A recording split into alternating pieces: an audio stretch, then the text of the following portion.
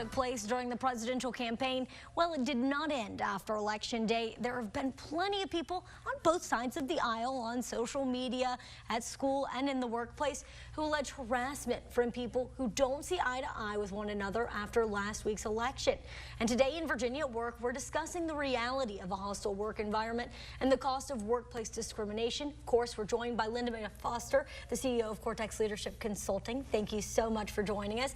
So last week we discussed an amygdala hijacking. I think you were pretty on point, don't you think? Yeah, there's been a few of those where people have kind of lost their mind on both sides, and they feel okay, I think, right now to say at work what they're saying outside of work or on social media, and there's big ramifications from doing that. So what do people need to know? What do they need to do to kind of stop this bullying, to kind of get the talk to go away? Yeah, one of the things they need to do is it needs to start with leadership. So the CEO of Grubhub, not the way to do it. I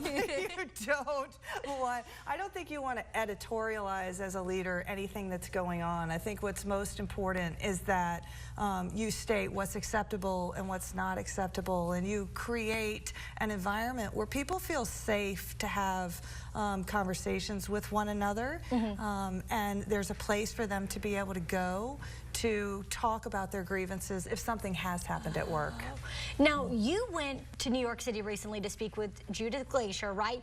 Becky interviewed the two of you, and you guys discussed bullying, right? We did. You know, conversational intelligence is all about how do we build trust. You know, there's a process for building trust that for most of us is kind of unconscious, and so conversational intelligence teaches you how to make that conscious and what steps to take. So we spent a lot of time with Judith Glaser in New York and recorded 3 podcasts, several interviews will be airing, so that people can learn how to build trust at work and actually what jeopardizes it. So what kinds of things can I say to you that are going to trigger your amygdala hijacking?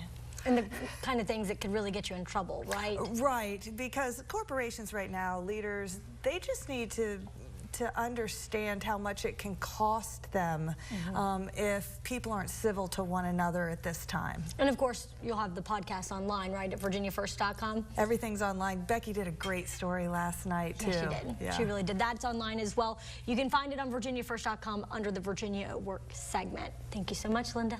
Thank you for having me. Taylor?